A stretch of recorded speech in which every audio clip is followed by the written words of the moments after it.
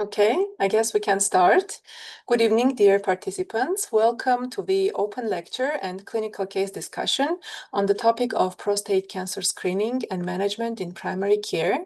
This event is jointly organized by the American University of Armenia Tarpanjian College of Health Sciences and Armenian American Medical Association of Boston. My name is Astrid Katanyan. I will be the moderator of today's event. We will have a short presentation on prostate cancer, some statistics, its screening, management. Then we'll proceed with presentation of a few clinical cases and discussion on them. After this, we will answer your questions, questions from the audience. Since this time we have webinar format, unfortunately, you will not be able to sound your questions to talk to everyone. But throughout the event, you will have this opportunity to type your questions in the chat. So please do so throughout the event. We already collected your questions from the registration forms, and we made sure that those are addressed during the presentation and clinical case discussion. However, if you still need additional questions or additional clarifications on those questions, you're welcome to type your questions in the chat. Just a small information about this event series. This is the third event of the educational event series on various topics of local healthcare providers' interest, which aims at providing an educational and experience sharing platform between healthcare professionals of Armenian origin living and working in the US and those living and working in Armenia. We have seen big interest in these events among local health community and are glad to announce that these events will continue during at least this and the following year. By saying this, let me introduce today's speakers and give the floor to them. The speakers of today's event are Dr. George Haleblian, distinguished urologic surgeon, educator, and academic leader at Mass General Brigham. He directs the comprehensive kidney stone program at Brigham and Women's Hospital and trains future urologists through his roles at Harvard Medical School. And the next speaker is Dr. Armen Arslanyan, a seasoned physician specializing in internal medicine and geriatrics at Stoneham Medical Group, part of the Beth Israel Lehi Health System, with over 2 decades of experience in clinical care, academic teaching, and healthcare leadership, both in the US and internationally. Dear speakers, thank you so much for being here and willing to share your valuable experience. The floor is yours. Good morning, dearest colleagues, scientists, specialists, physicians, nurses, technicians, students, and staff. A big thank you for devoting your life to this medical profession. And of course, thank you for joining us via Zoom on a Saturday evening. It is our honor and privilege to be part of the American University of Armenia collaboration with the Armenian American Medical Association Virtual Education Series. And many thanks to our series moderator, Dr. Astrid Katanyan from AUA, and Dr. Armine Mirzabekian on behalf of Armenian American Medical Association for their leadership, and our donors for understanding the implications of healthcare needs in ancestral Armenia, where the homes and the streets have the best music and food. For today's virtual educational purposes, let's focus on men's health and specifically PSA screening. My name is Armen Hrant Arslanyan, and I'm a primary care internist with specialty in geriatrics. I'd love to introduce our consultant specialist in urology. Assistant Professor of Surgery, Dr. George Haleblian, is Vice Chair for Education at the most esteemed Mass General Brigham Hospital Systems of Boston, Department of Urology, and Director of Training Programs for Harvard Medical School. He is also the Director of the Kidney Stone Program. Slide 2. Well, how often do you see your patients for office visits and have to tackle prostate health? What if this was your favorite patient, your best friend, your neighbor, or a family member? Do you really need to worry about cancer every time the PSA, prostate-specific antigen, is elevated? Dr. Haleblian, the floor is yours. Thank you. Thank you for the wonderful introduction. So I thought we would start by talking about what the prostate is. And so the prostate is a male sexual organ, and it's located between the bladder and the penile urethra within the pelvis. And its purpose is to add nutrients and fluids to the sperm, and this fluid is added during ejaculation. And the urethra is the channel that runs through the prostate, starting at the bladder neck or the exit of the bladder, and then ending outside to expel urine. And then what is PSA? So PSA is a protein that's produced by both normal and cancerous prostate cells, and it's used mainly as a biomarker to screen for prostate cancer. It's also used in monitoring patients with prostate cancer, and there's a lot of controversy surrounding the use of PSA and PSA screening. There are some guidelines related to thresholds based on patients' age, and the age is going to play an important role when it comes to identifying patients that need to be screened and what to do based on the PSA number. And so, as you can see here, as patients get older, their threshold for PSA values being abnormal increases. And it's normal to have a slight increase in PSA year over year because of the natural history of prostate enlargement and growth as men get older. So what are the differential diagnoses for elevated PSA? There are plenty of men with elevated PSAs that do not have prostate cancer, and this is sort of the crux of the controversy for screening. So the most common thing is an enlarged prostate, so benign prostatic hyperplasia. And this, again, happens as men get older. The prostate enlarges, and this can be determined by rectal examination, where in general, the feeling is the width of an index finger is about 10 cc's of prostate tissue, and normal prostates would be about 40 cc's. Other things that can elevate the PSA include prostatitis, which is the side effect of an inflammatory process in the prostate. This can be due from viral, bacterial, or chemical irritation. The chemical irritation is the introduction of urine at high pressure into the prostate. Typically, it presents with dysuria, pain at the tip of the penis when they're voiding, a prostate that's tender on examination, and an abundance of white blood cells in the urine. One of the other common things that can cause a spike in the PSA is recent ejaculation. So it's important when talking to patients that the patient abstains for at least 48 hours prior to doing the blood test, the PSA blood test, to ensure that that spike doesn't give an abnormal result.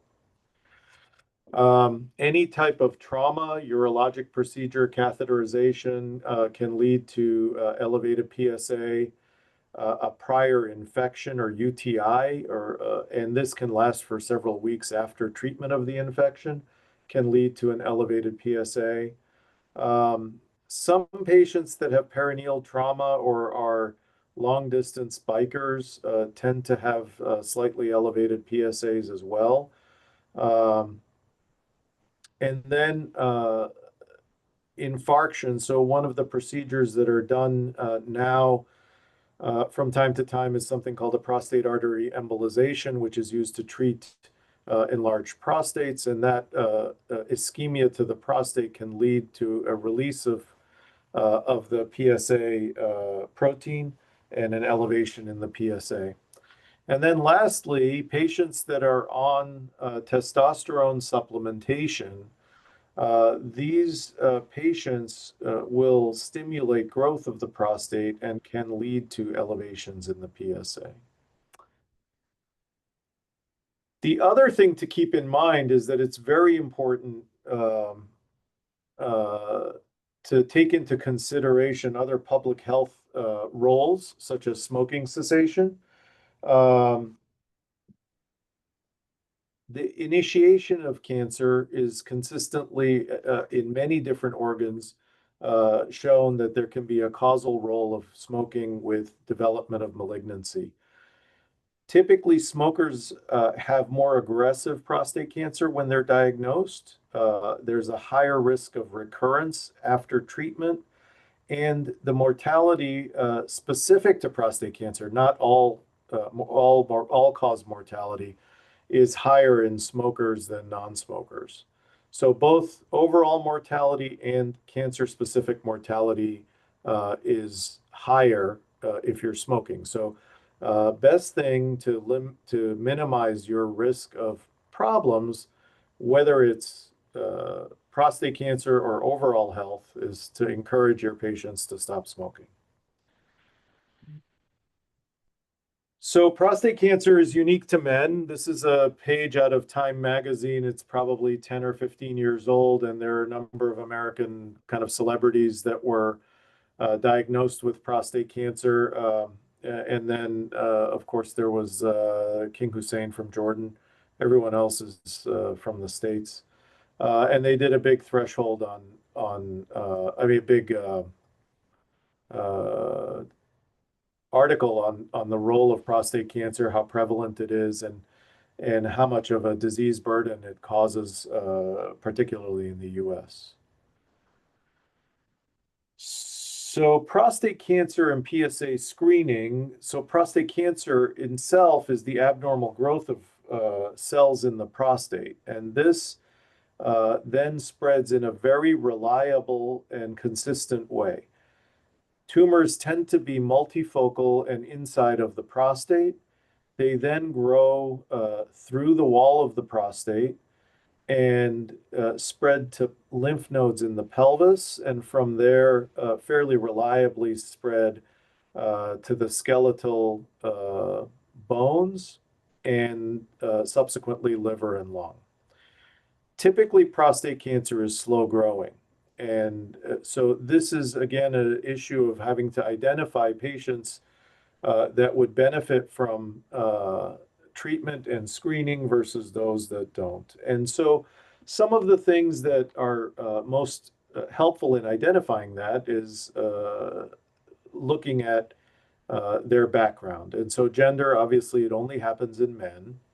It tends to be a cancer that occurs more frequently as you get older. So in autopsy series of men that died not of prostate cancer, they found that men in the age of 90 years and older almost uniformly had prostate cancer, but it didn't kill them. As you get older, the cancer incidence increases. Ethnicity is important. So in the States, African American men are more likely to have the disease and die of the disease. Family history is probably the most critical piece of information, particularly in Armenia, because the likelihood of developing prostate cancer is twice the normal rate if your father has prostate cancer, 4 times the baseline rate if your brother has prostate cancer, and if both have it, 8 times more likely that the patient will develop prostate cancer. So this, in fact, is a very high-risk situation that would warrant more aggressive evaluation. So in the US, it's a pretty common disease, 233,000 cases a year and almost 30,000 deaths. And it's one of the most commonly diagnosed cancers in the States. About 80% of those cancers, however, represent disease that's limited to the prostate and very treatable. 1 out of 7 men will be diagnosed during their lifetime. About 2.8% die from their disease. And overall, about 60% of the cases are diagnosed in men over 60. So what about in Armenia? So the incidence of cases per 100,000 men is approximately 13 to 14 patients. And the death rate, however, is quite high in relation to the diagnosis rate at 10 to 11 deaths per 100,000 men. So prostate cancer screening, as far as I'm aware, is not systematically and typically available at the various clinics.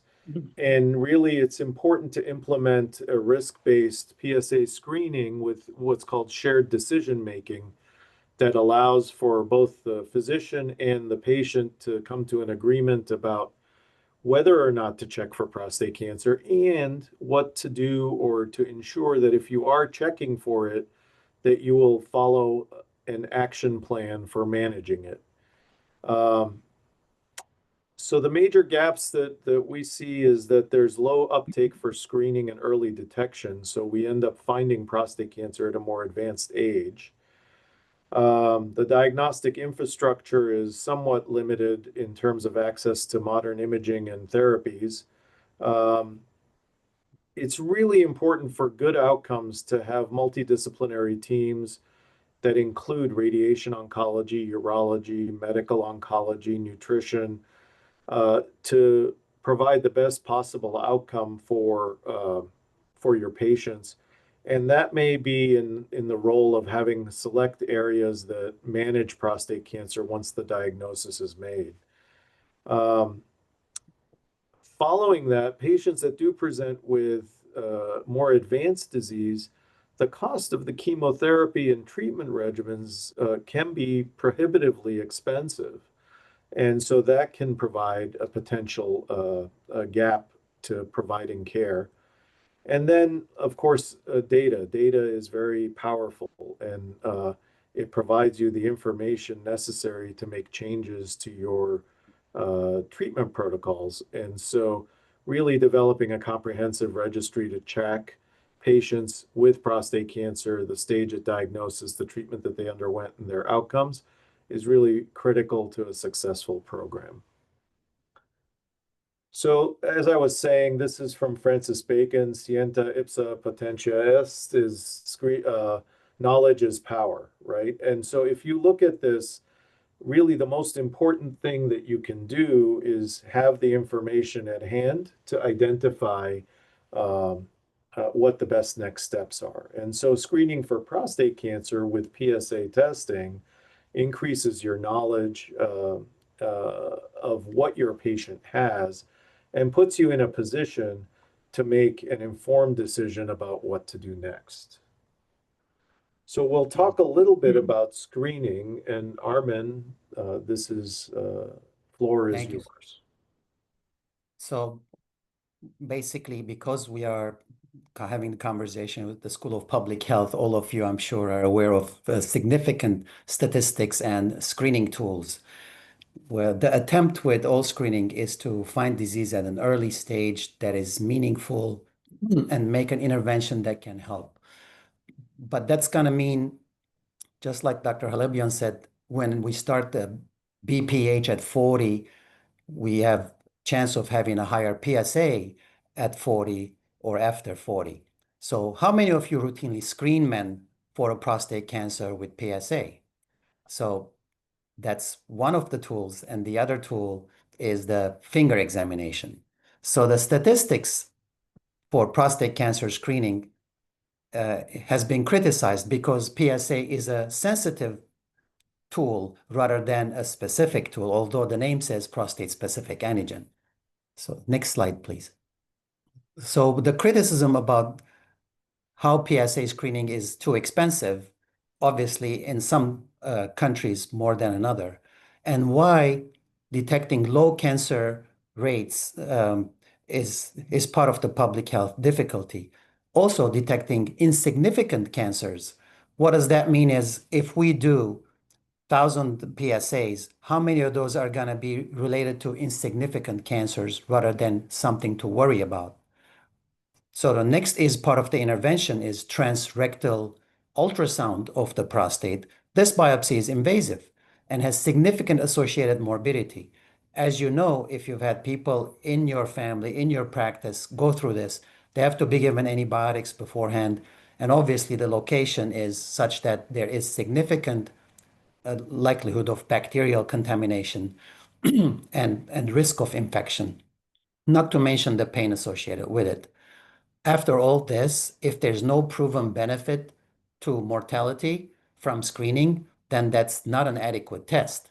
So all of this given together, next slide, please, we have to figure out the goals of screening: to detect potentially lethal cancer at an early stage, to intervene with curative intent, and decrease the burden of overall treatment, as in catch disease before it becomes advanced disease. For our purposes, when we start screening between ages of 40 and 55, next slide, please. So what are we looking for? The benefits are marginal because at this age, it's only really the high-risk populations that are going to be giving any meaningful outcome. Everybody else, the evidence of harm is high. As in the next patient who's sitting in your office, they're in this age category and they don't smoke and they don't have family history of prostate cancer, their chance of having prostate cancer is very, very low. And the risk of us detecting a high PSA, probably due to BPH or from a bike ride, and then upping the intervention causing harm is high. Next slide, please. So the decision making is called shared decision making. That means me as a physician, I do not just check a PSA test on a patient's test panel. I have the conversation with the patient so that they know and they're part of my understanding and they see the way the world sees prostate cancer versus science, and specifically our American University of Armenia guidelines, rather American Urologic Association guidelines. So what do people need when they're 55 and higher? Next slide, please. So shared decision making is going to be the most important for this age group. Okay, this is where the population has the greatest benefit. So if you can prevent one prostate cancer death per 1,000 screened over a decade, this is where it's going to make its return rather than harms of screening and treatment for everybody else younger than 55 for the reasons I just mentioned. But again, it shouldn't be a PSA that I check without communicating with the patient based on their values. So, for example, the slide says, don't check it in health fairs in front of a school or a church or a college. It should be checked in a doctor's office after shared decision making, whether it's relevant for them to undergo it.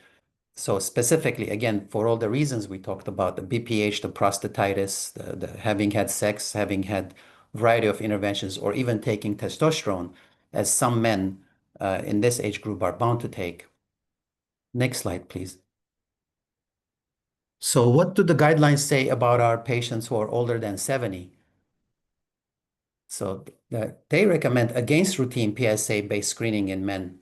So what does that mean? That means if someone's life expectancy after 70 is less than 10 to 15 years, they're not going to die from prostate cancer. But like Dr. Halebian said, they're going to die with prostate cancer at advanced age or, later.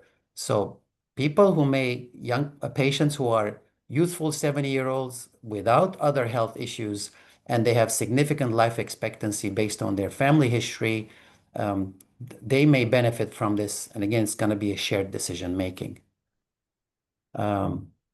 For the 70 plus crowd, however, we're not going to use the PSA of less than 4. We're now going to use the higher PSA threshold for biopsy, more than 10, because that's when they're most likely to benefit from, based on data from research in 2012 publications. So in our offices, typically we do not check a PSA, but patients would be sitting and saying, my neighbor has prostate cancer and he's my age, or my colleague has prostate cancer and he's my age, so I'd like to get my PSA checked. And the trick is to be able to communicate to see if they're going to benefit from that or not, based on their otherwise health and risk of prostate cancer. So we typically discontinue PSA screening after 70. Next slide, please. Also for screening purposes, our goal becomes if a PSA is elevated, to repeat it in a few weeks, 4 to 6 weeks specifically. If there's risk of prostatitis, I repeat the PSA after giving antibiotics to make sure we're not missing out other reasons for elevated PSA. So the annual screening, instead of having PSA testing once a year, in our practices, we have switched it to once or twice over 5 years. And that has cut down risk of unnecessary testing, unnecessary intervention, and helps us catch the potentially meaningful cancers. And this is the best way to reduce overdiagnosis and false positives. Salute to Dr. Armenian. Okay. So let's talk a little bit about some of the data regarding population-based prostate screening. And I'm going to highlight one paper that was published in the New England Journal of Medicine, Screening and Prostate Cancer Mortality in this European retrospective or prospective study. And basically, this was a randomized study of 182,000 men across 7 European countries. And they looked at men between the age of 55 and 69, and they underwent PSA screening every 4 years. There was a control group that did not get organized screening. So about 20% of the control group did get PSA tests, but not in a systematic manner the way that the intervention group was looked at. And the primary endpoint of this study was prostate cancer specific mortality. So how many of these people died of prostate cancer? So what they found was that there were about twice as many cancers detected in the screening group versus the control group, 8.2% versus 4.8%. However, at 9 years out, the prostate cancer specific mortality was reported as 20% lower than the control group. And so that was a risk reduction of 0.71 deaths per 1,000 men and felt to be significant. Now, looking at compliance adjusted results, so excluding people that were contaminated in the control group, there was a 27% reduction of prostate cancer specific deaths among the folks that were screened. So they've eliminated the people that got PSA testing that weren't supposed to get PSA testing. So again, a significant mortality reduction. Now, that data, they followed these patients even farther, and at 13 years, there was a 21% risk reduction of prostate cancer death. But the interesting secondary findings that they found was that in the screening arm, only 1% of the patients developed metastatic prostate cancer.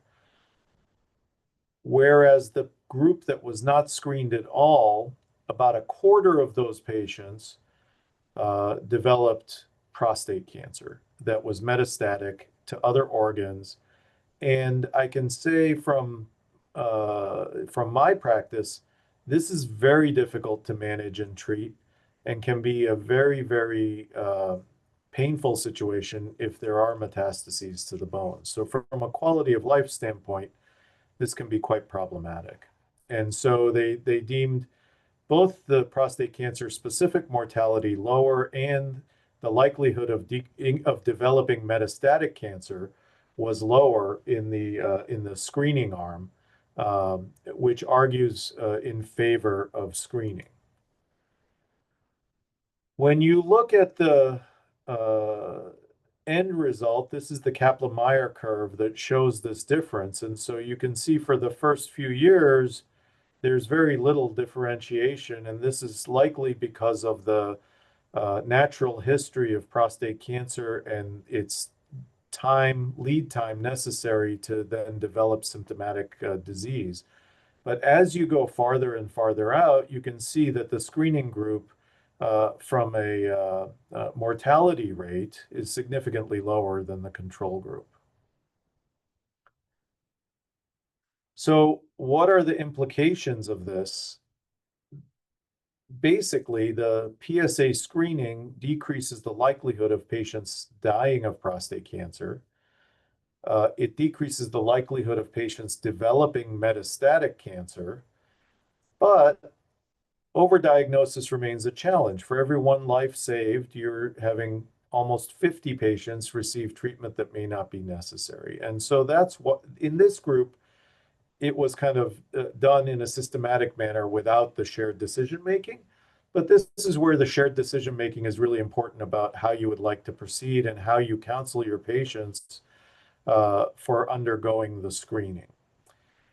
The other thing that has developed over the last 15 years or so is this concept of active surveillance, which may mitigate some of the harms of overtreatment, which is one of the reasons that folks are concerned about this kind of national trend to screen. One of the game changers is the MRI. And so the role of MRI has really helped in decreasing the number of unnecessary prostate biopsies. So in our practice, if a patient comes in with a truly elevated PSA, the next step is to get an MRI.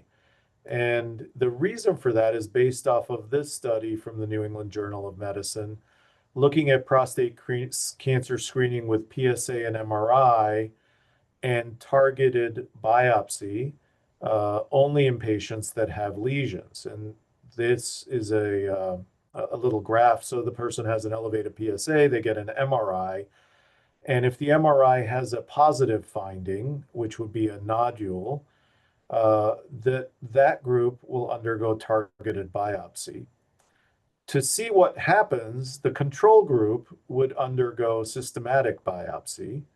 And what they found was that in patients with an elevated PSA, limiting the biopsy to the suspicious lesion as opposed to performing systematic biopsy have the rate of identifying clinically insignificant or very low risk prostate cancer, and really did not change the likelihood of developing or of identifying the more aggressive cancers. So this is then follow-up data, again in the New England Journal of Medicine, published just last year, looking at 4-year results of screening for prostate cancer with PSA and MRI. And in this situation, they did not biopsy any of the patients with a negative MRI result. And in the situation here, again, when comparing patients that had no MRI and systematic biopsy with MRI targeted biopsy, the likelihood of finding significant cancers were equivalent. In other words, you're catching all of the bad cancer, but the likelihood of hitting a cancer that may not turn out to be clinically significant was very low. So the conclusion from this study was that only cancers or only lesions identified on MRI warrant doing a biopsy, and that if the MRI does not show any lesions, it's safe to not undergo biopsy. And that's what we've instituted in our practice. So we'll talk a little bit about the biopsy process, just in case you're not familiar with it. When we look at MRI fusion biopsy, what this means is that the patient has undergone an MRI of the prostate, and an area such as this is the targeted lesion, the area that's in red, okay? This is the abnormality on the MRI. These images are placed into a computer that is attached to an ultrasound, and you can highlight the lesion on the ultrasound, and then with real-time visualization, pass a needle into this area and take a sample. And so this is kind of a representative image of the samples that are taken out of the area that was identified as the lesion. And it can do this with 3-dimensional rendering, so you can be very accurate. There are two ways of doing the biopsy. Some are being done transrectally. So this black probe here is the ultrasound probe. And then a needle is passed to take the biopsy. This is very good for identifying cancers on the posterior periphery of the prostate. There's also the transperineal approach, which allows for the ultrasound to go in the rectum to visualize, and then you pass a needle through the skin and into the prostate for taking samples. Both are equally effective in identifying prostate cancer. So when you get a diagnosis, really the key is to stratify the patient's risk. So prostate cancer tends to be a heterogeneous disease, and treatment outcomes vary depending on how aggressive the disease is. So once the diagnosis is made, you need to then do a risk assessment to determine what the best outcome and treatment decision can be put together, a treatment plan that can be put together for your patient. And we have some pretty good variables to characterize men into low, intermediate, or high risk prostate cancer. So American Urologic Association and the National Comprehensive Cancer Network both have similar stratification systems that look predominantly at PSA. There's something called the Gleason score, and that's when they look at the biopsy under the microscope, they provide a number that suggests how aggressive the cancer is. And the third thing is the clinical stage, whether or not the cancer can be felt on rectal examination or not. And if you do feel something abnormal, how much of the gland is involved? Is it a quarter of the gland, half of the gland? How much abnormality is there on your examination? When we look at that stratification, it's divided into this kind of low risk area, which means anyone that has a diagnosis of prostate cancer that has a PSA score less than 10 and that has a Gleason score or degree of aggressiveness less than or equal to 6. And on examination, the prostate cancer is found by only PSA. There's nothing that you can feel or a very small nodule. The intermediate risk group are folks that have PSAs between 10 and 20 nanograms per milliliter. The Gleason score or pathologic level of aggressiveness is 7, and you can feel more disease on the rectal examination. And then there's high risk where the PSA is greater than 20. Their Gleason score or level of aggressiveness is between 8 and 10. And you can feel a significant amount of disease on rectal examination. And then the very high risk is when there's evidence of metastatic or local invasion into the prostate or a pelvic sidewall, things like that.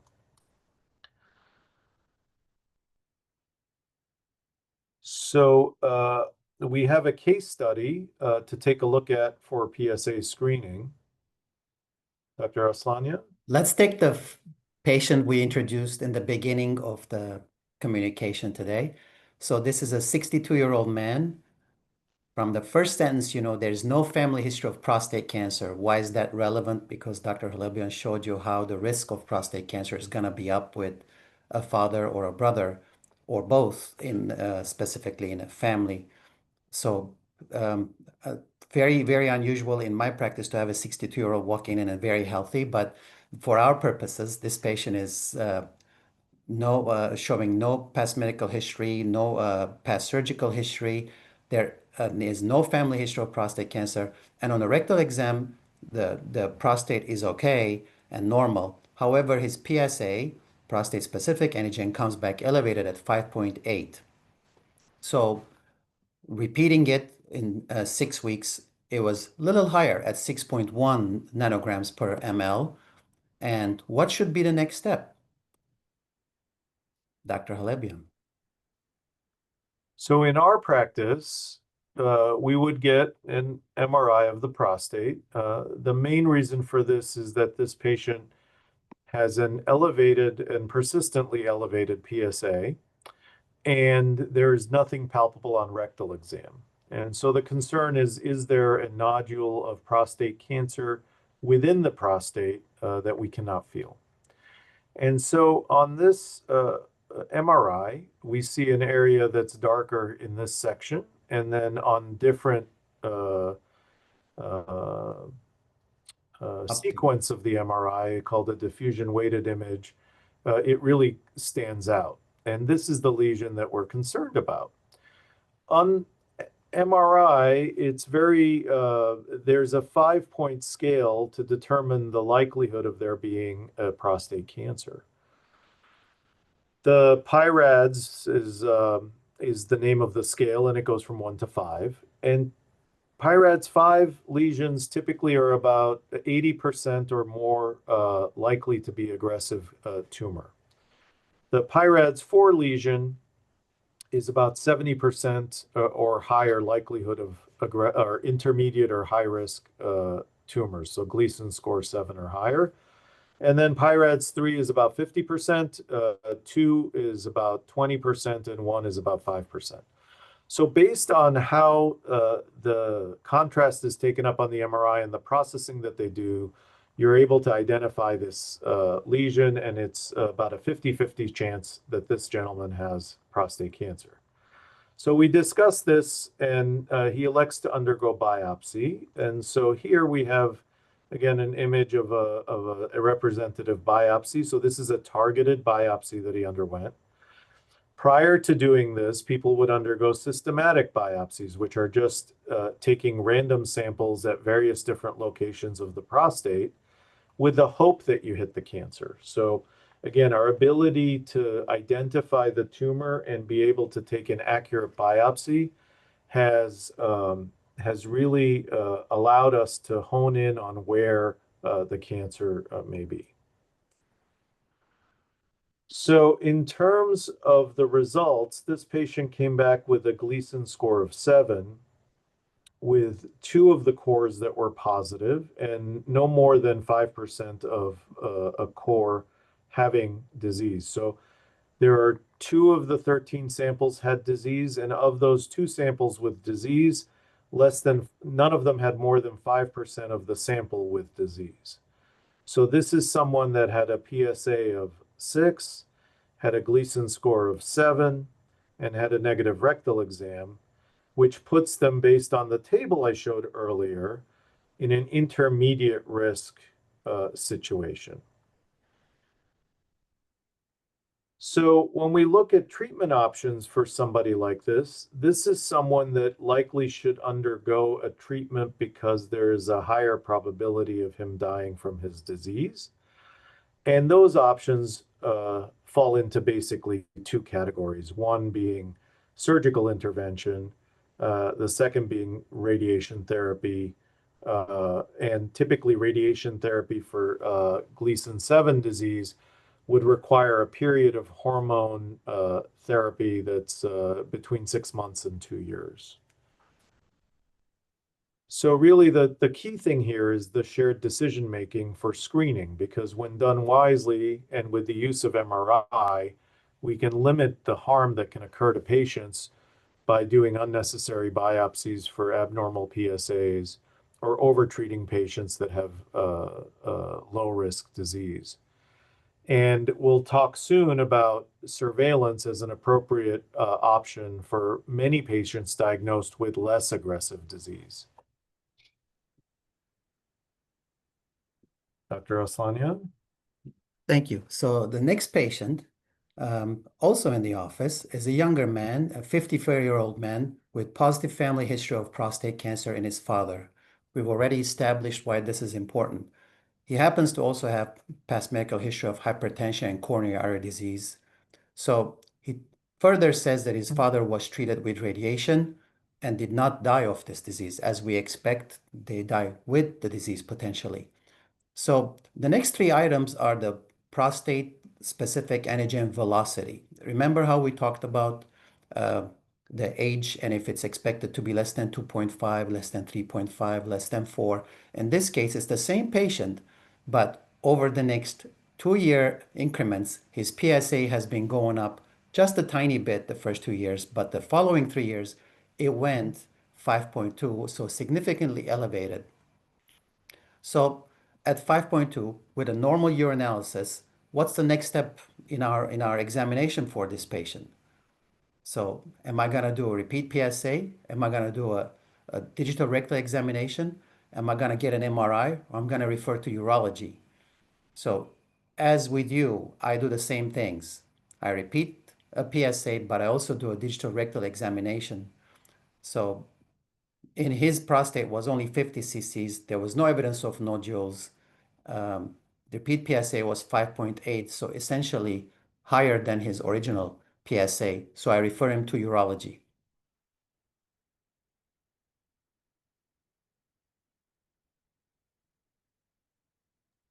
Thanks. And so the treatment options that are available depend on a number of different things. So what is it, key things? The stage of the disease. So is it confined or not confined? The second consideration, which is in line with the decisions to do screening to begin with, is the patient's overall age and their health and life expectancy. And then, of course, patient preference is important in identifying what the best option is for them. There are different treatments, and they all have various side effects. To be blunt, there's no free lunch. And so each treatment has benefits and risks, and putting that all into play with the patient's goals and objectives is really critical to have a good outcome. So really, for localized prostate cancer, there are a myriad of options available. And so in the older patient that has localized prostate cancer, watchful waiting is a reasonable approach. This is someone that may be in his 70s, diabetes, coronary artery disease, had a prior MI, and happened to be diagnosed with prostate cancer. And really, the risks of treating them is relatively high. Their life expectancy is maybe 10 years. And watching the PSA and no intervention could be reasonable in this type of a person. What's taken precedent over active surveillance in many patients, over watchful waiting rather, in many patients, is what's called active surveillance. And we'll talk about that as one of the options available on the next slides. Following that, there's androgen deprivation. So androgen deprivation involves any number of medications or surgical castration to eliminate the production of testosterone and therefore stop prostate cancer from proliferating. From a definitive treatment standpoint, so those are management kind of approaches, and then there's treatment approaches. There's surgery, and so there's open surgery, there's laparoscopic surgery, and robotic surgery, all of which are geared towards removing the prostate, and we'll talk about that a little later. There are a number of varieties to the theme of radiation therapy, which involves what's called external beam radiation, where somebody comes in and they lie down on a table and the prostate is targeted and radiated. There's something called proton beam radiation, which is a similar external beam approach. There's something called brachytherapy, where radioactive seeds are implanted into the prostate, and those seeds then over the course of time deliver radiation to the entire prostate, but mostly focused on the area that has the cancer. Then there are some less invasive treatments, such as cryotherapy and high-intensity focused ultrasound. And these are done under anesthesia and target areas of the prostate with cancer. So these are a little less invasive. And the jury is sort of out in terms of how well it works long-term, but is in something that patients may ask about. So this graph, I think, is very important, and it's particularly important in primary care practices, and it was published back in 2005 in the Journal of the American Medical Association.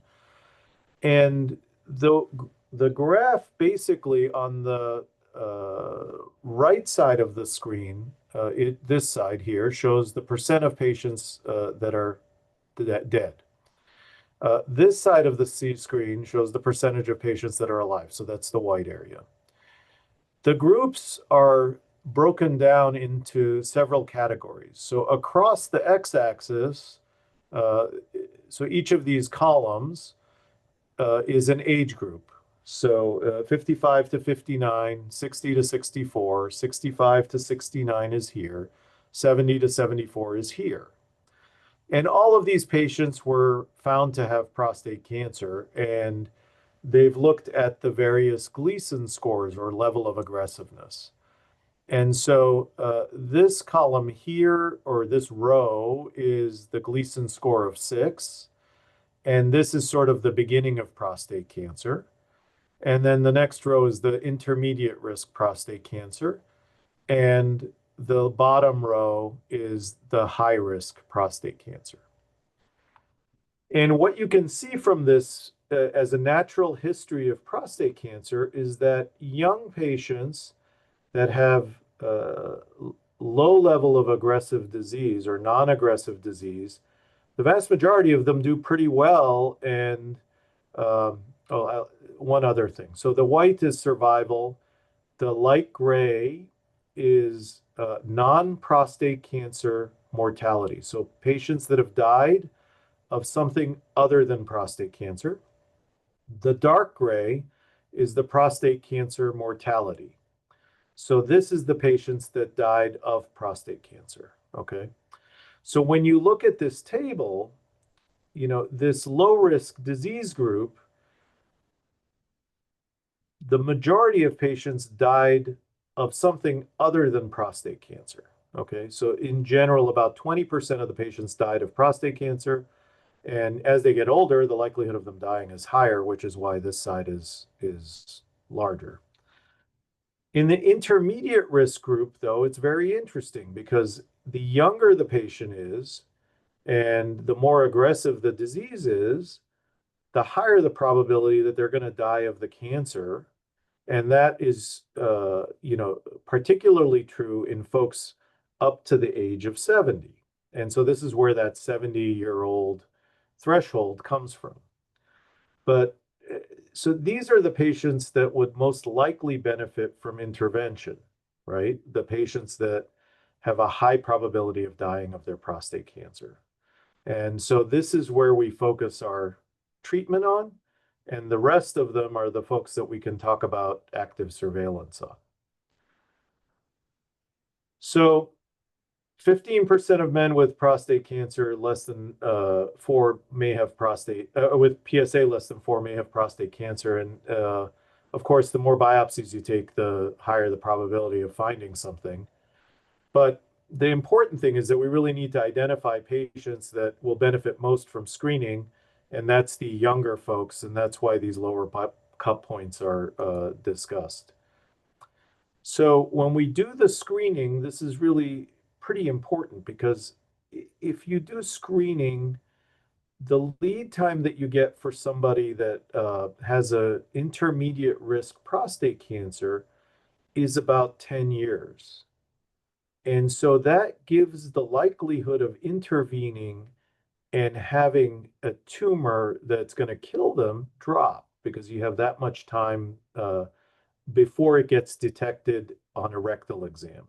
Likewise, with the PSA of 8 to 10, the lead time is significant compared to waiting for it to either present as metastatic disease or to be detected on exam.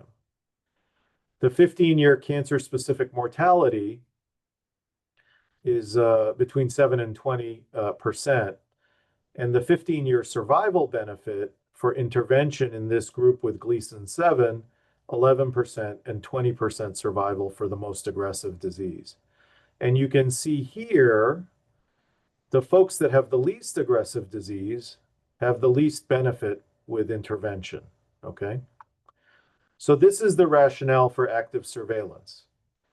It's based on some retrospective studies looking that localized prostate cancer presents minimal risk of progression and death, and that screening allows for you to identify these patients, keep an eye on what's going on, and then intervene if necessary for the small group that then ends up progressing to more advanced disease. So patients that are low risk, it's feasible to surveil them and not intervene, okay? And there are some specific things that trigger intervention. So people that are in active surveillance need to have the following: a PSA of less than 10, a non-aggressive cancer, so Gleason score 6, a non-palpable or very minimally palpable tumor, and very low level of disease, so not high volume. So this all sort of makes sense, right? It's the least aggressive disease with the least amount of cancer in it. These are the folks that you can keep an eye on and intervene in time to save them should it progress. Active treatment occurs if there is progression on active surveillance. So if the PSA is over 10, if the Gleason score gets higher and becomes more aggressive, or if you're able to feel something on the exam. So patients with prostate cancer need to get rectal exams if they're on this active surveillance protocol.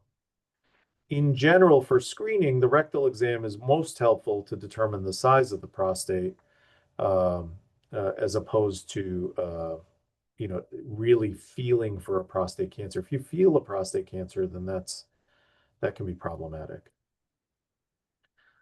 So we'll talk about intervention. So I know the Da Vinci robot isn't available in Armenia, and that many of the patients are treated with either open or laparoscopic prostatectomy.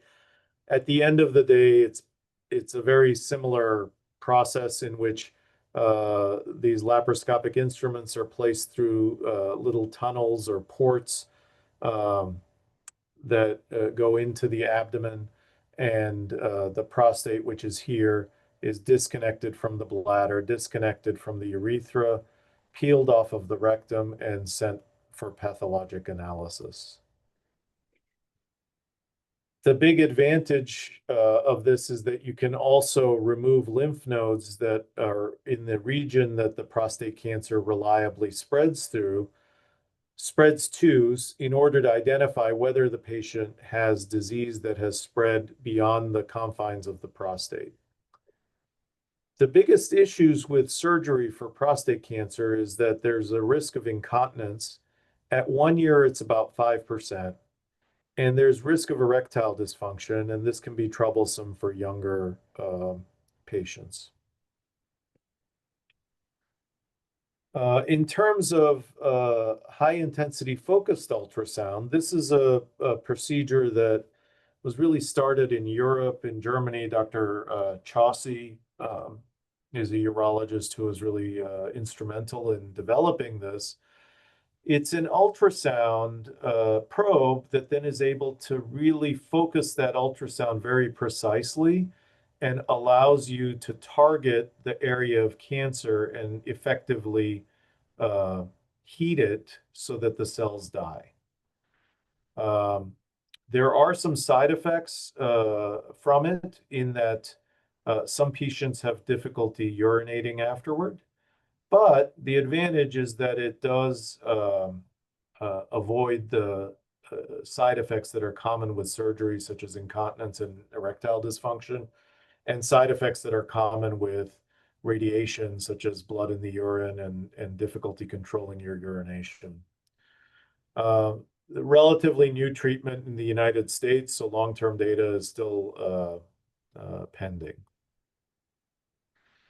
Brachytherapy, we talked a little bit on the first slide related to this section, is a radiation treatment that delivers radiation into the prostate via radioactive seeds. Those seeds remain in the prostate for the patient's lifetime. It delivers all of the radiation within a few months.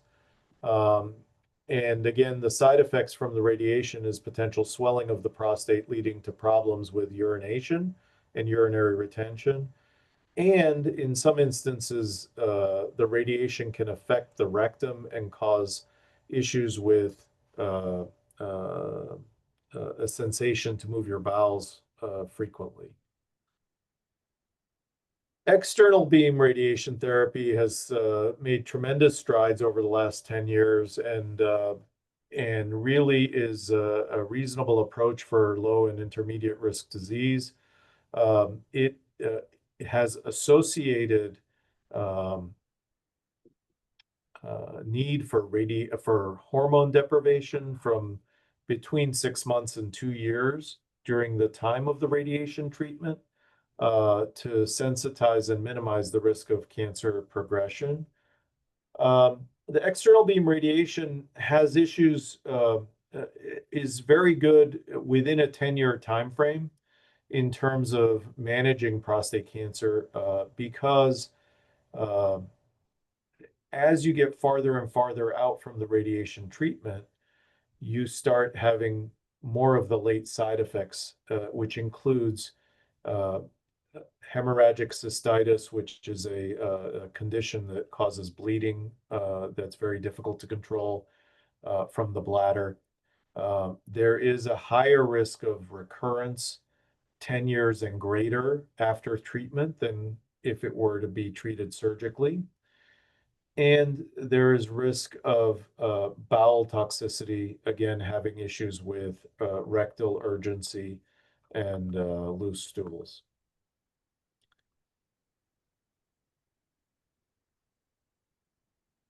In terms of metastatic prostate cancer, the following things are used routinely. So there's androgen deprivation, and so the most cost-effective is castration. The second option would be either an LHRH agonist or antagonist. So these are medications, they're injections. They're given between every 3 months and every 6 months and effectively either block the receptor for androgens, so it blocks your body's testosterone receptor, that's the agonist, and the LHRH antagonist is, so that's the antagonist, I'm sorry. The agonist is something called Lupron, and that's a medication that hyperstimulates your pituitary and eventually causes downregulation of testosterone production. Many of the new drugs on the market, like I spoke about, are extremely expensive. And so enzalutamide, abiraterone, Septicel T are medications that can be given for advanced metastatic disease, but can be cost prohibitive. So, Dr. Aslanian. Thank you. So back to our smoking concerns. As you see from the second line, aggressiveness and stage at diagnosis, this is huge. Smokers are more likely to be diagnosed with advanced or high-grade disease. They are higher risk of biochemical recurrence after radical prostatectomy or radiation therapy, and up to 50% higher mortality in current smokers compared to never smokers based on data from our institutions. So strongly associating tobacco use with worse all-cause survival in prostate cancer patient.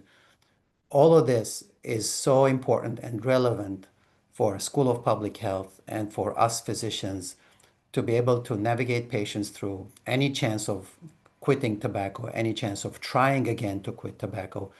And the reason we don't give up on trying, because on our exam rooms, in our offices, every week there's one or two people who are trying to quit or actually do quit tobacco, tobacco use. And they tell you the same thing. I love cigarettes. I love tobacco. And any which way you look at it, it has to come in the exam room. It has to come from the friends and family. It has to come from the nursing staff, from the public health servants. It has to come at city level, state level. In fact, parallel to our conversation now, they are attempting that to have policy in Armenia to help with quitting tobacco. Next slide, please.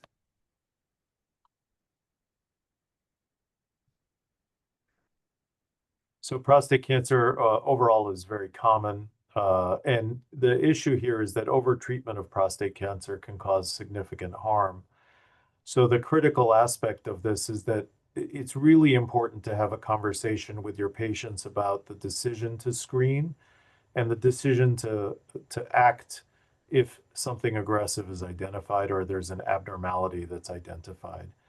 And when you identify patients that are at high risk, you can have really major impacts on their quality of life and their lifespan if appropriate intervention is undertaken. Dr. Aslanyan. This was, next slide, please. This was our 54-year-old man with positive family history and prostate cancer in his father, who had significant run PSA velocity and jumping up to 5.2 within 3 years. With go ahead with the next slide, please. We did do a repeat PSA and perform digital rectal examination. Obviously, again, in my office, I would do the DRE after the PSA to make sure that's not part of the reasons the PSA is elevated. In this case, this was repeated 6 weeks later, and I referred to urology. But the next patient, this is the patient who had an MRI which showed a PIRETS 5 lesion. Okay, that's what George said. There's more than 80% chance of having aggressive disease. So we had now opportunity on the MRI to be able to do guided fusion biopsy. And his prostate biopsy showed a Gleason 4+4, so Gleason 8 disease. Remember the chart he showed in terms of the age of the patient and the expectations of survival, number one, number two, dying from prostate cancer. So this is the patient who's going to benefit tremendously from our intervention. So back to urology. So this is someone that had, aggressive disease. The PSA was abnormal, but the Gleason score was very high, and fortunately found to be T1C, so non-palpable disease. And as Dr. Aslanyan said, when you look at that table, the younger the person is and the more aggressive the disease is, the higher the probability of prostate cancer causing a mortality if no intervention is taken. So this is someone that definitely requires intervention. And in these types of situations, again, the options, and this can be lifestyle related as well, is radiation therapy versus surgical therapy. And with radiation therapy, it would require 2 years of androgen suppression. And again, the risk of recurrent disease occurs mostly greater than 10 years out. And in a healthy 54-year-old, that would be still well within their lifespan.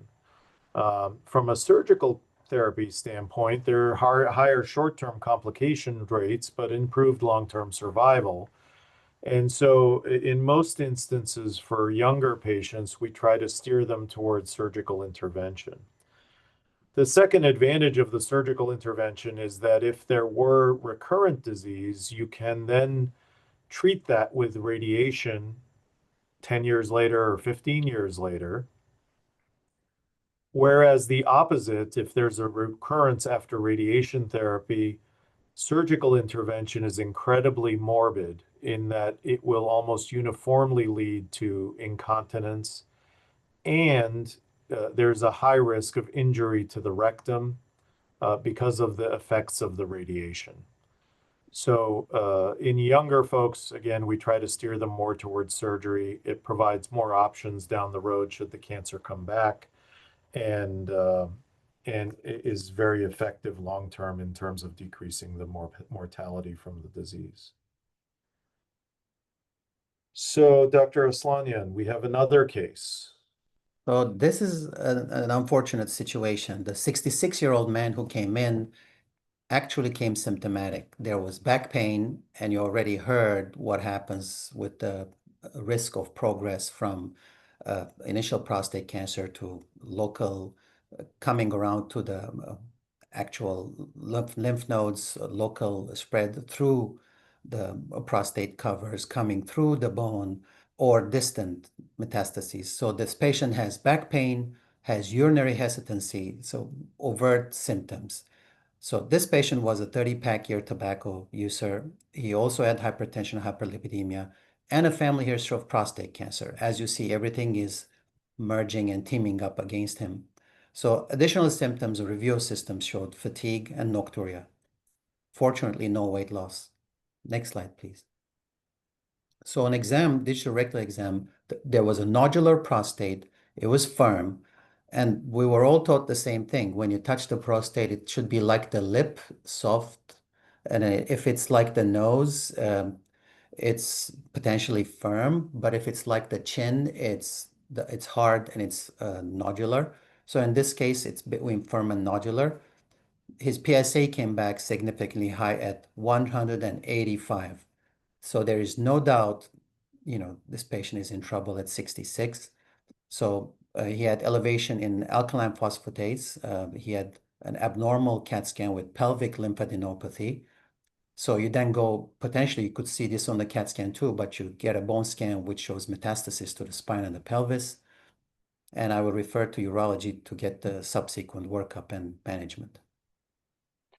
So this is someone that we obtained an MRI on and had a PIRADS 5 lesion. So again, very aggressive lesion. And it showed that that lesion was penetrating through what's called the capsule of the prostate, or ECE is extracapsular invasion. So you can envision a prostate similar to an orange, and the peel of the orange would be the capsule of the prostate. And so long as everything is confined in the edible part of the orange, then you're good to go in terms of treating. But once it's penetrated through that capsule or through the orange peel, then you are really concerned about disease that goes into the pelvis and elsewhere. So prior to doing any intervention, you always want to obtain a biopsy so you know exactly what you're working with, and you can potentially do some genetic testing and things like that for these more advanced diseases. And so this came back as a Gleason score of 9 with what's called grade group 5, which is the highest risk. Perineural invasion means that the cancer is spreading through nerves that penetrate the prostate out and have found the pathway out into the pelvis. So he also had bone metastases on the bone scan, and so we have now a high volume metastatic what's called castrate sensitive prostate cancer, so CSPC, somebody that has never had any hormone manipulation or anything along those lines.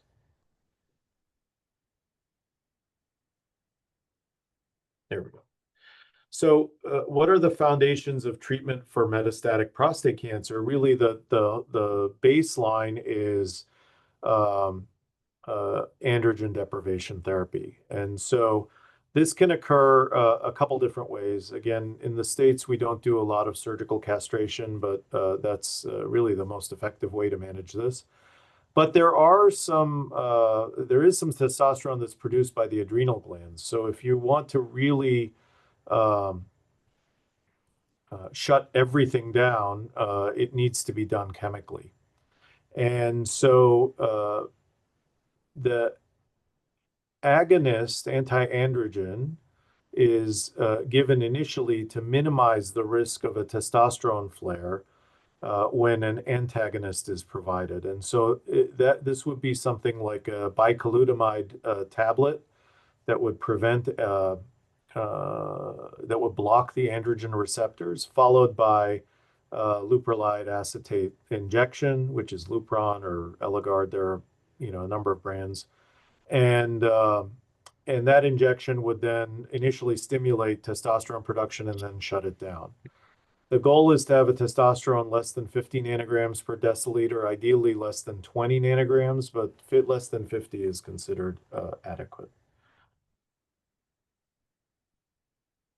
So the patient's PSA may drop, but eventually they will start developing resistance to this castration, and the cancer will start to learn to grow despite having the androgens removed. And that's where other medications are added. And again, in all instances, the androgen deprivation persists. And then you can talk about using different chemotherapies, docetaxel, abiraterone, enzalutamide, and apalutamide, and then docetaxel and this combination. So it's kind of progressively intensifying the treatment options that are available. But these can have significant toxicity to patients. So again, this needs careful consideration with medical oncology about what the best options are for each individual patient. Along those lines, bone health and supportive care are really important in terms of maintaining a healthy patient while they're going through all of this chemotherapy. And so we fairly routinely use zoledronic acid to prevent what are called skeletal related effects or bone fractures as a result of the androgen deprivation and as a result of the metastatic cancer. So this is an infusion, and then you need to also provide calcium supplementation to these patients, and it helps maintain bone density during all of this treatment.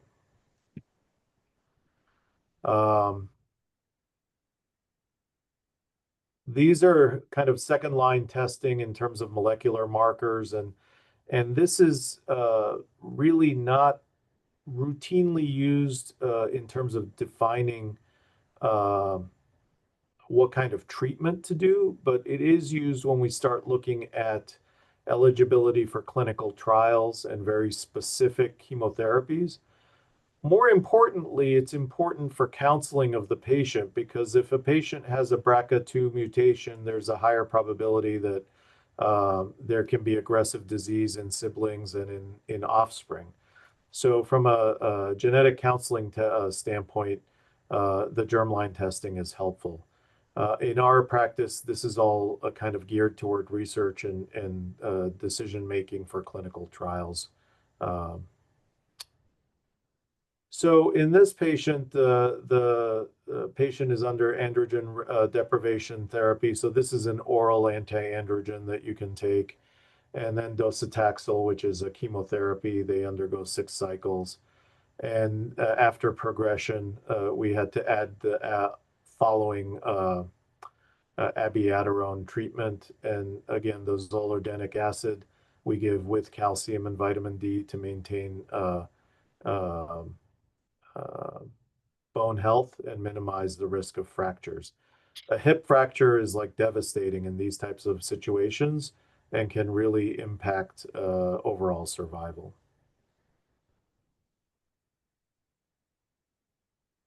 So how do, Dr. Aslanyan, do you want to take this, or would you like me to? Go ahead. Okay. So, the comorbidities and its guidance to treatment choices. So, again, the patients that have significant comorbidities also have significant risk to undergoing surgery. Significant comorbidities such as coronary artery disease and diabetes and history of cardiac events or stroke really makes it challenging to proceed with aggressive intervention. And oftentimes, radiation may be a reasonable approach for these patients, or watchful waiting, depending on how aggressive their disease is.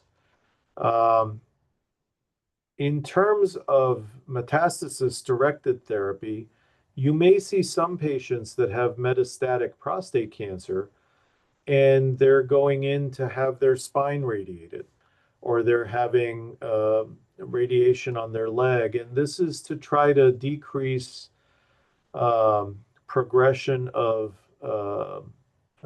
metastatic disease in the spine or in the long bones.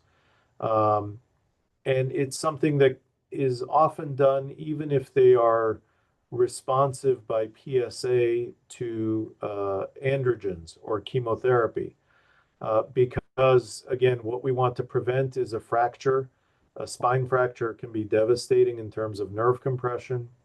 And again, hip fractures are devastating from a mortality standpoint. So again, common side effects with metastatic prostate cancer, you have weight loss, you have oftentimes hematuria. Some patients may come with bilateral hydronephrosis and acute renal failure because the cancer has progressed into the bladder and has obstructed the outflow of the kidneys. These are all kind of warning signs in older patients that there might be something nefarious going on in the pelvis, and that further evaluation and workup is warranted. But it presents in a myriad of different ways, and unfortunately, if there's clinical presentation, it often suggests that the cancer is metastatic. And for that reason, again, going back to the European study related to prostate cancer screening, really the huge benefit of implementing screening is to decrease the likelihood of developing metastatic disease and to identify the patients that when appropriate, are treated and cured of their disease. So, just to wrap it up, again, I'm a urologist, and I'm this is what I do, and I feel that prostate cancer screening and appropriate management is really critical to the welfare of the male population, and it's a very simple test that, while it can have significant impact if not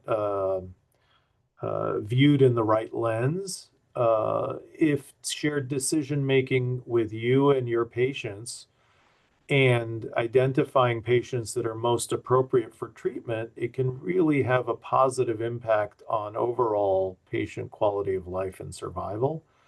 Particularly, as you saw in the study, a quarter of patients that do not get screening do present with metastatic disease, and that can have really lasting and deleterious impact on the patient's quality of life. So definitive therapy is really appropriate for patients that are high-risk disease, intermediate-risk disease. Patients that are young benefit the most from intervention, and patients that have really high-volume disease. Most other patients can go on active surveillance, which means that they will be routinely screened every year with PSA and periodically with MRIs and biopsies. And if they do progress and their disease gets more aggressive, then there's still a window of opportunity to cure them. And those cures fall in a variety of different realms, whether it's surgical or radiation or using medications. So I'd like to thank you all for your time, and really we'll open this up to any questions in the chat. Thank you, Dr. Aslanyan, for guiding us through this. Thank you, And Dr. thank you for Levy. the opportunity to speak to all of you. It's really been a pleasure. So I see two questions in the chat. The first one says, what are the ways to help erectile dysfunction after surgery in Armenian? What I see when patients come back after surgical intervention, initially it's tough. As you saw, there's a risk of 30 to 50% of sexual dysfunction. Typically, the answer is when the surgeon is removing the prostate within the capsule without damaging the nerves, the innervation that it's at the capsule level. Nevertheless, it's surgery, and in the US, we say close to home, which means it's in the actual sensitive area. So the surgeons, the urologists typically give them after the fact Viagra, Cialis, a combo with vardenafil, which is Levitra, and apomorphine.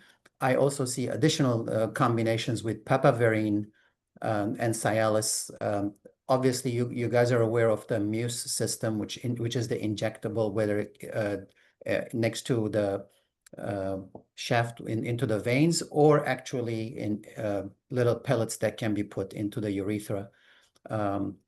Mechanical systems available, including a vacuum device. And all of these can be tried. It depends how soon after surgery we're discussing. Typically, there will be a phase that there shouldn't be sexual activity. Regarding the second question about the testosterone level, yes. When we check a PSA, there's something called PSA screening. That's the original test. And then if it's really abnormal, I request a PSA diagnostic. And at follow-up after urologic cancer, the PSA will be undetectable. So that means zero. So for patients after many, many years of surgery, and you check it every year, if you check a PSA and it's elevated in any shape, way, or form, and it's not zero, you have to take into question the life expectancy and survival of the patient at that stage. For testosterone, so if there's fuel coming in to the prostate tissue, that's what stimulates the cancer. As we mentioned, people who feel like they have low testosterone to start with, like less than 400, it's impacting their fatigue, it's impacting their sexual performance. Those are the patients that get testosterone injections or gel. So for people who've had prostate cancer surgery, if or other radiation, if their PSA is not a problem anymore, if they're 10 years out, and if their life expectancy dictates for quality of life measures to have more testosterone, that's a conversation we have in the office. We look for all the options not to stimulate prostate cancer. I think, in patients that have received surgical intervention and they're effectively cured from their disease with very low or undetectable PSA, it's more and more common that we will provide some testosterone after a few years out. But again, they're monitored very, very closely just in case that something is missed and the cancer is stimulated again. Okay. Thank you. We have more questions, if I may sound them. Okay, of course. Okay, a couple of more questions were raised in a Q&A section. I will read them and then translate. So the question is, what are the side effects of prostate artery embolization? Does the procedure relieve prostate, and will the PSA value decrease after this procedure? So in Armenian it will be որոնք են շագանակագեղձի զարկերակի էմբոլիզացիայի կողմնակի ազդեցությունները, եւ արդյոք այս միջամտությունը թեթևացնում է շագանակագեղձի վիճակը, եւ արդյոք շագանակագեղձի սպეციფիկ անտիգենի մակարդակը կնվազի այս միջամտությունից հետո. Yeah, I can take that. So the prostate artery embolization, it's still not viewed as a mainstream treatment for enlarged prostate. It's sometimes helpful for very, very, very large prostates that are benign, so not applicable for cancer, to inhibit the blood supply. The PSA should go down afterward. The embolization is really challenging because they have to find the appropriate artery and not embolize the artery that feeds the bladder, which can lead to necrosis of the bladder. And in our experience, we've seen that it does not have long-standing efficacy. So we find that patients often need another procedure 5 to 6 years after they have the embolization. Did I answer the question? I guess the other part is side effects. So it can be very painful. People can have fevers afterward. It's effectively creating a heart attack of the prostate. So. Okay, thank you. George, the next one's yours too for the CAT scan, please. PET CT. What's that? The next one's yours too for the PET CT. When you say about beneficial effect of PET CT, so the PET CT is helpful in high-risk patients for concern of lymph node involvement. So in terms of using it as a screening tool, it's not very good. The prostate itself on PET CT lights up regardless. So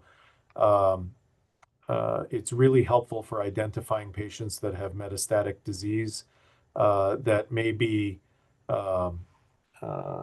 under consideration for definitive local therapy, so local therapy being radiation or surgery. And they have enough risk factors that warrant further evaluation to be certain that there is not spread to lymph nodes outside of the pelvis. Okay, thank you. Next question is, արդյոք բարձր սպիտակուցներ պարունակող սննդամթերքը կապ կարող է ունենալ շագանակագեղձի քաղցկեղի հետ եւ երիտասարդ ամենափոքր որ տարիքում կարող է լինել? So the translation will be, can protein-rich food be a risk factor for prostate cancer, and what is the youngest age prostate cancer can appear? So I am aware of no specific dietary contribution, but there was a gentleman who was already in prostate cancer research, as in he worked in prostate cancer research, and there was a DNA study that showed that he has prostate cancer. So then he called his dad in to ask him, Dad, do you have prostate cancer? Because I do. So this was a person younger than 40. And we don't typically check PSA in anybody younger than 40 to start with, and it was a DNA test, as I mentioned. In the US now, there's a genetic test called Gallery. It belongs to the big conglomerate Illumina that does the entire genome sequencing. And Gallery is really recommended for 50 plus to be done every 2 years. It's called liquid biopsy. It looks at 50 cancers. Okay, so but that's one way to see. We don't check it in younger than 40. Statistically, I'm sure it's possible, but it's not part of our medical practice or guidelines. Okay, thank you. I will move to the next question. It was in Armenian again, so I'm reading it. Տրանսպերինեալ եւ տրանսրեկտալ բիոպսիաների արդյունավետության տարբերությունը շատ է լոկալ պրոստատի քաղցկեղի հայտնաբերման համար, եթե հնարավորություն չկա fusion բիոպսիա կատարելու. So the translation will be, is there a significant difference in effectiveness between transperineal and transrectal biopsy for detecting localized prostate cancer if fusion biopsy is not available? So there isn't a study looking at transrectal versus transperineal kind of freehand biopsy. What I can say is that the ability to sample the portion of the prostate that's most anterior or away from the rectum is significantly easier with the transperineal approach than using the transrectal approach, only because of the distance that the needle needs to travel to be able to take the biopsy. So in terms of having a representative sample of the entire prostate, the transperineal will likely do a better job than the transrectal. Okay, thank you. There is a new question in the chat. Do you have experience using maximal androgen deprivation in patients with metastatic prostate cancer? Is it justified option in this case? So I guess, so the maximum androgen deprivation is a combination of different medications that can shut down androgen production in the patient. We found it to be effective and able to stop progression. Eventually, patients almost uniformly become resistant to androgen deprivation. So typically, it's effective, but has a limited window. Okay, thank you. We have two more questions. So the next is բիոպսիաներից երկուսն էլ հնարավոր է տեղային կամ ընդհանուր անզգայացմամբ իրականացնել. Is it possible to perform both types of biopsy under the local or general anesthesia? So yes, so we do the biopsies under local. It's a different way of numbing the prostate for the transperineal biopsy versus the transrectal biopsy, but they can both be done in the office. The transperineal biopsy needs a different type of ultrasound probe, like so one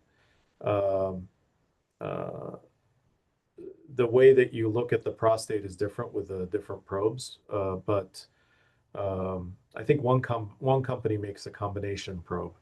But yes, you can do it in the office. You can certainly do it under anesthesia, but it's often not necessary.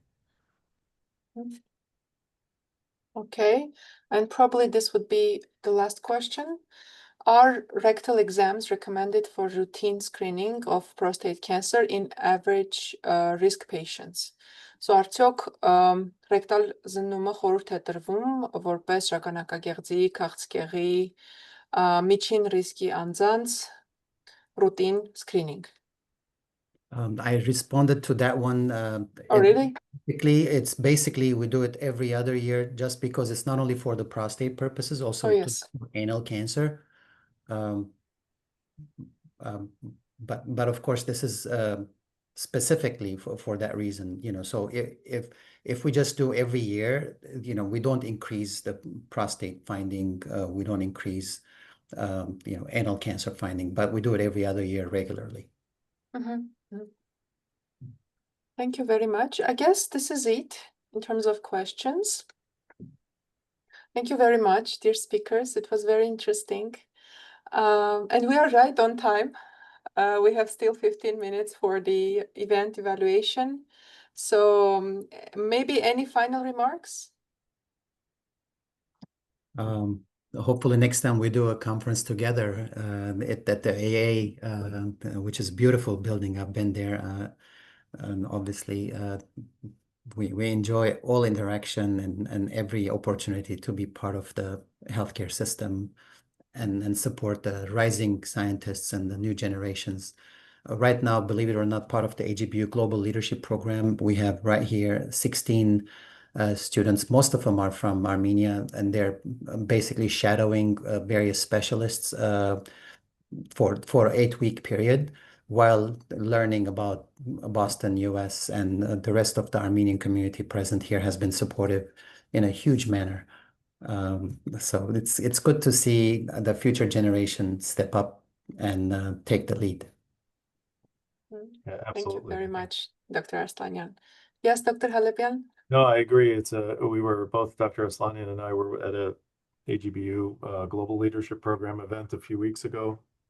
And it's really impressive to see so many students here in the States spending the summer interning and hopefully being able to make, you know, really dynamic and dramatic changes to the healthcare system when they return.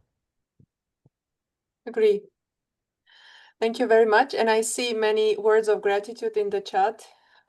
So dear participants, thank you so much for participating, for your interest. Dear speakers, thank you very much for sharing your valuable experience. Dear Dr. Mirzabekyan and other colleagues from Armenian American Medical Association of Boston, thank you very much for this event series. And that's it, basically. I will stop the recording and we will proceed with the event evaluation. Thank you very much. Thank you, and thank you for your effort. Bye-bye.